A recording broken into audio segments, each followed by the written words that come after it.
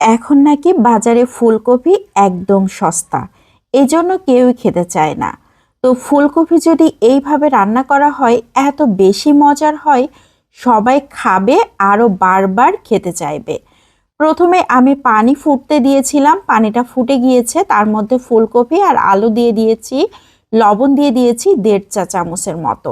2-3 মিনিটের মতো জাল করে নিয়েছি। খুব বেশিক্ষণ জাল করা যাবে না, জাস্ট একটু ভাপিয়ে নিতে হবে। এখন পানি ঝরিয়ে উঠিয়ে নিচ্ছি। এখন চুলাতে আরও একটা প্যান বসিয়ে দিয়েছি, তার মধ্যে 3 টেবিল চামচের মতো সয়াবিন তেল দিয়ে দিয়েছি। এখন নিয়ে নিয়েছি কুমড়ো বড়ি।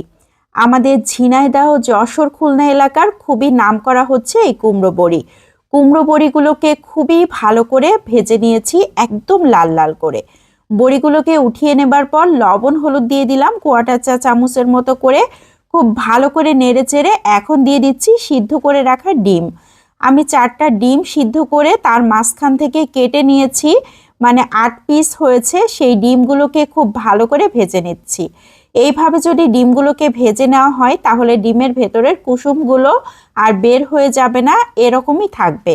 আমি খুব ভালো করে ভেজে নিয়েছি। এখন ডিমগুলোকে তেল ঝরিয়ে উঠিয়ে নিচ্ছি। অবশিষ্ট যে তেল রয়েছে তার মধ্যে ফুলকপি আর আলুগুলোকে দিয়ে দিচ্ছি। এখন ফুলকপি আর আলুগুলোকে খুব ভালো করে ভেজে নিতে হবে। গায়ে যখন এরকম লাল লাল একটা কালার ধরেছে তখন ফুলকপি আলুগুলোকে উঠিয়ে নিচ্ছি।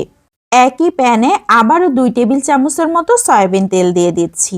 এখানে পেঁয়াজ কুচি দিয়ে দিয়েছি 2 টেবিল চামচের মতো, 3টা এলাচি আর 2 টুকরা দারুচিনি দিয়ে দিয়েছি। খুব ভালো করে নেড়ে চেড়ে নিয়েছি। এখন আধা চা চামচ করে লবণ আর হলুদ গুঁড়ো দিয়ে দিয়েছি। আবারও খুব ভালো করে নেড়ে চেড়ে নিলাম। এখন সামান্য একটু পানি দিয়ে দিয়েছি মশলাটাকে কষিয়ে নেবার জন্য। 1 টেবিল চামচের মতো পেঁয়াজ পেস্ট, আধা চা চামচ করে রসুন পেস্ট, আদা পেস্ট, জিরা পেস্ট দিয়ে দিয়েছি। গরম মশলা পেস্ট দিয়ে দিয়েছি আধা চা চামচ, লাল মরিচের পেস্ট দিয়ে দিয়েছি 1 চা চামচ, ধনিয়ার গুঁড়া 1 চা চামচ দিয়ে দিয়েছি। খুব ভালো করে নেড়ে চেড়ে মশলাটাকে কষিয়ে নিচ্ছি। যখন এরকম তেল উঠে আসা মতো হয়ে গিয়েছে তখন দিয়ে দিচ্ছি সেই ফুলকপি আলুগুলোকে। খুব ভালো করে নেড়ে চেড়ে মশলার সাথে মিশিয়ে নিচ্ছি। যখন খুব ভালো মতো মিশে গিয়েছে তখন দিয়ে দিচ্ছি আধা কাপ পানি। এখন ফুলকপি আর আলুগুলোকে খুব ভালো করে কষিয়ে নিতে হবে। যদিও আমি ভেজে নিয়েছিলাম, তারপরেও মশলার সাথে কষিয়ে নিলে খুব ভালো টেস্টি হবে। এই জন্য আমি বেশ কিছুক্ষণ ধরে নেড়েচেড়ে কষিয়ে নিয়েছি। এখন অনেকটাই পানি রয়েছে, তার মধ্যে ভেজে রাখা সেই কুমড়ো বড়িগুলোকে দিয়ে দিয়েছি। আবারও নেড়েচেড়ে ঢাকনা দিয়ে ঢেকে 3-4 মিনিটের মতো জাল করে নিচ্ছি। তাহলে কুমড়ো বড়িগুলোও কিছুটা সিদ্ধ হয়ে আসবে আর ফুলকপির নিচের পানিটাও অনেকটাই শুকিয়ে যাবে। এখন নেড়েচেড়ে খুব ভালো মতো ভাজা ভাজা করে নিচ্ছি। এত সুন্দর একটা সেন্ট আসছিল। এখন দিয়ে দিচ্ছি ঝোলের পানি।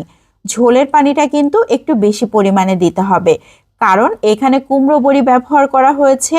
কুমড়ো বড়িতে কিন্তু ঝোলটা টেনে নেয়, আর এই তরকারিতে ঝোলটা একটু বেশিই রাখতে হবে, কারণ কুমড়ো বড়িতে ঝোলটা টেনে নেবে এই কারণে। এখন দিয়ে দিচ্ছি সেই ভেজে রাখা ডিমগুলোকে।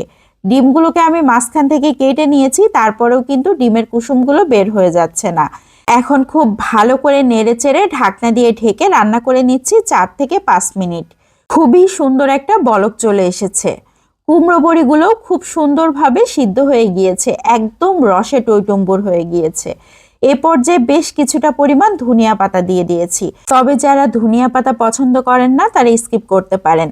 এ পর্যায়ে 3-4টা কাঁচামরিচ ফালি করে দিয়েছি সুন্দর একটা স্মেলের জন্য। সব শেষে দিয়ে দিয়েছি ভাজা জিরার গুঁড়া। খুবই সুন্দর একটা স্মেল আসছে। এখনই মনে হচ্ছে খেতে বসে যায়, এত সুন্দর হয়ে গিয়েছে। এই তরকারিটা এত বেশি টেস্টি হয়, যখন রান্না করি আমার বাসার কারো আর কোনো তরকারি লাগে না। এই একটা তরকারি দিয়ে পেট ভরে খেয়ে উঠে পড়ে, এত বেশি মজার হয়। তো কেমন লাগলো সবাই জানাবেন। আজকের মতো বিদায় নিয়ে নিচ্ছি। আসসালামু আলাইকুম।